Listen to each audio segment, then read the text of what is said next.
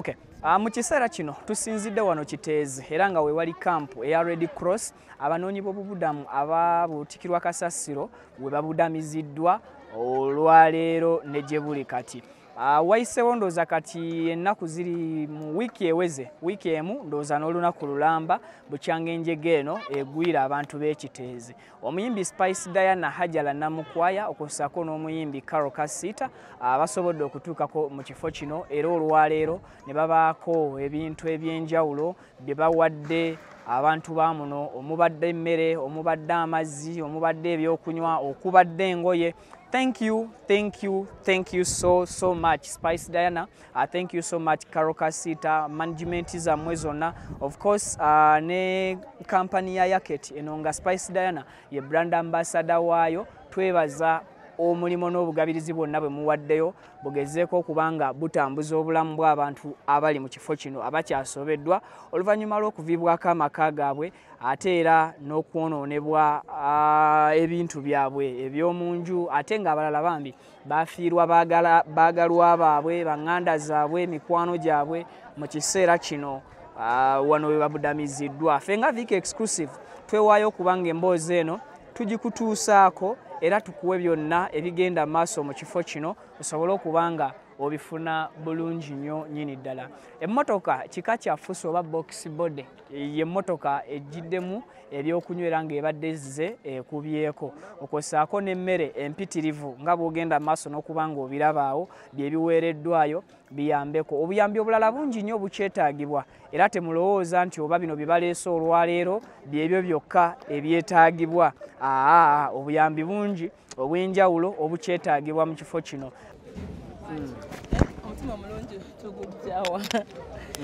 I think it's okay, we are human. Me, I'm human as a person. Omuntu afuna obuzibu njagala muyambe naturally. Ate also I have a friend naye nga ali human and warm. Kati yangambe kawa tugende tuddukire ku bantu b'Ekiteezi ne mugamba tugende ne tujja. Ne twegattagatta and we came. Okay. Embeera gy'osanze wano eri etya? I'm happy that they are happy despite what they're going through, but they are not very sad, but sanyufu, but strong. Chizamu nyamani.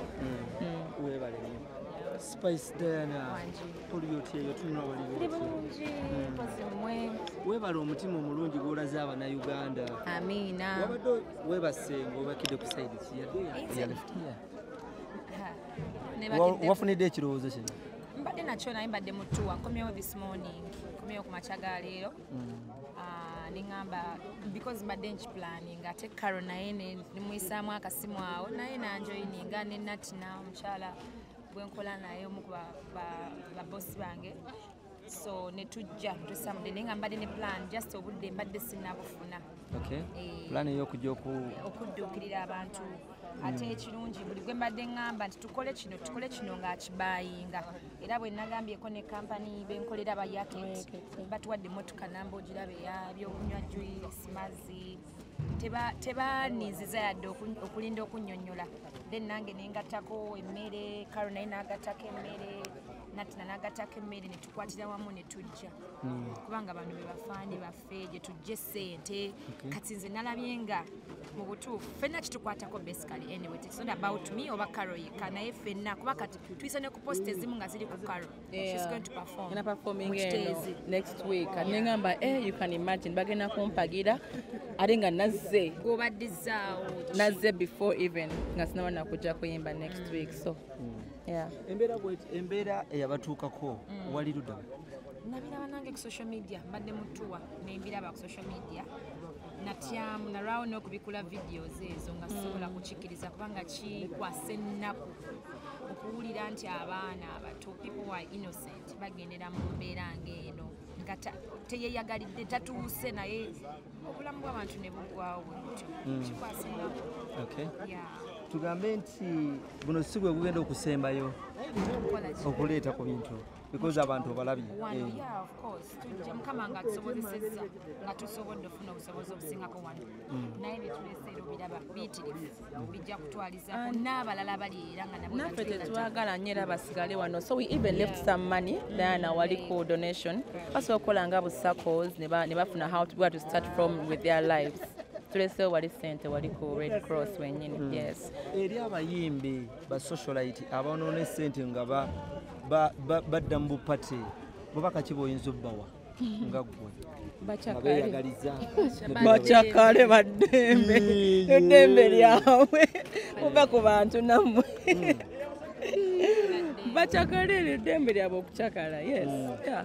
Embeera ogisanze otya wano abantu ngera Karo agambye abantu bali strong tuse balina mutuyimbiramu nnyimba zaffe kitegeeza bambi bagumye kubanga ensi yo bwetyo tulina okwegumya naffe tuzze mu nnaku naye ate tetuzze kubalaga ate ennaku tuli sad tuzze bateekako kamwenyumwenyu. Yes.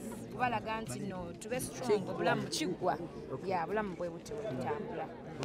Spice Diana awewawo ng'okomyewo mu ggwanga olunaku olwaleero abantu bangi badde baagala nabo okugezaako okuyamba naye nga protocol mwe bayinza okuba nga bayita okubeera nga batuusa obuyambi ebintu biwanvu nnyo owayiga okozeseza akabadi ki okubeera ng'osobodde otutuukawo olunaku olwaleero.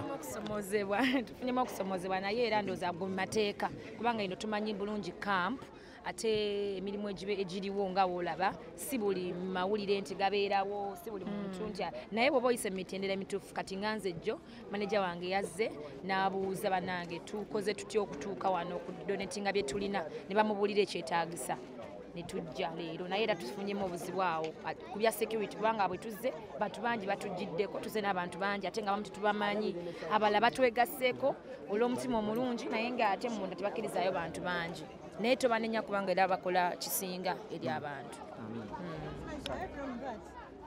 Tuliawo ne tuwulira ng'omu ku bayimbi banna alinga kuzalawa singa muba mukoze battle terina kyegattako temusobola gifunamu ssente.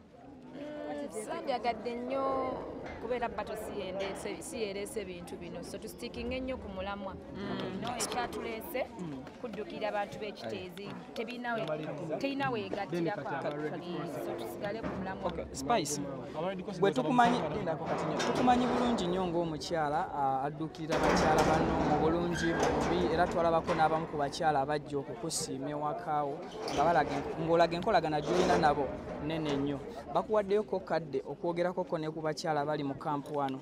Bali wali batuswamye naye tujja kufuna ndowooza akadde onyumyamu nabo okusinza ku mateeka ndowooza simanyi oba banaatukiriza naye era badde batuyitaayita kuba mulimu bannakawere mulimu bingi naye bwe tuba tufunye omukisa tujja kugerako nabo naye amateeka ngenda bw'obirabye byakugoberera amateeka.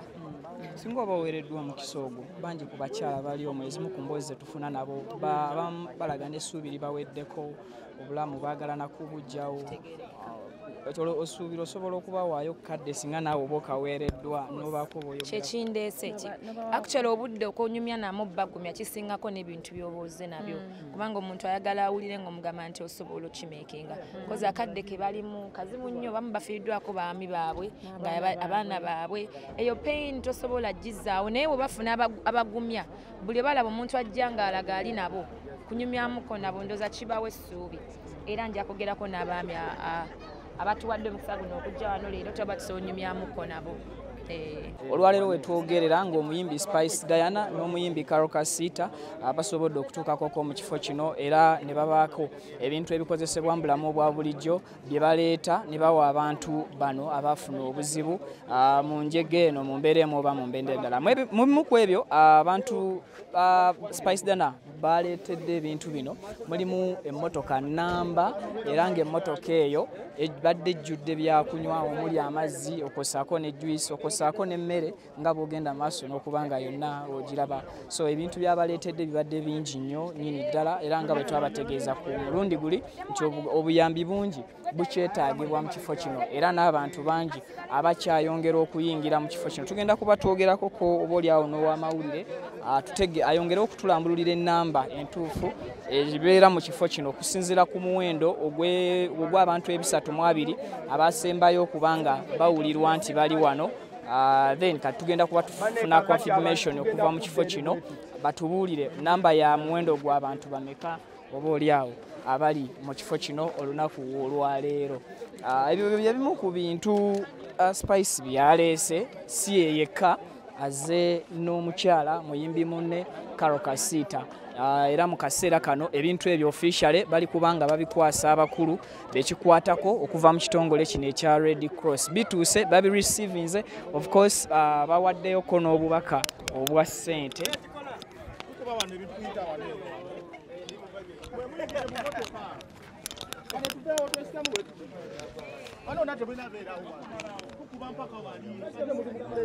Okay.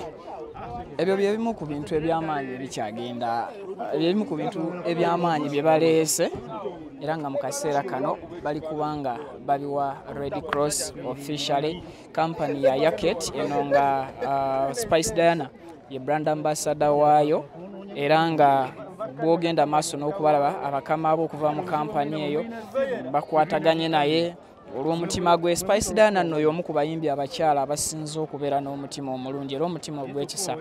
Ebiseera bingi atera nnyo okulabikira mu bantu abalina obwetaavu bwe beetaaga ate mwana wattu n'atuukiriza obuyambi oba obwetaavu obwo babeera baagala mu budde. So ali kubanga akwasa ow'ebyamawulire mu Red Cross mwami Wamala ebintu bino ate muwada nkunyingi nga MP w'ekitongole w'ekitundu kino ekya Kyaddondo naye waali okubaawo nga Spice Diana ne Carol Kasita batuusa ebintu bino. So bili donated by Spice Diana era nga ne security mu kifo kino weeri okulaba ng'embeera tesajjuka olw'obuwagizi bw'abantu bwe balaga Spice Diana yonna mu kkubo gy'ayita bw'abadde azze wano.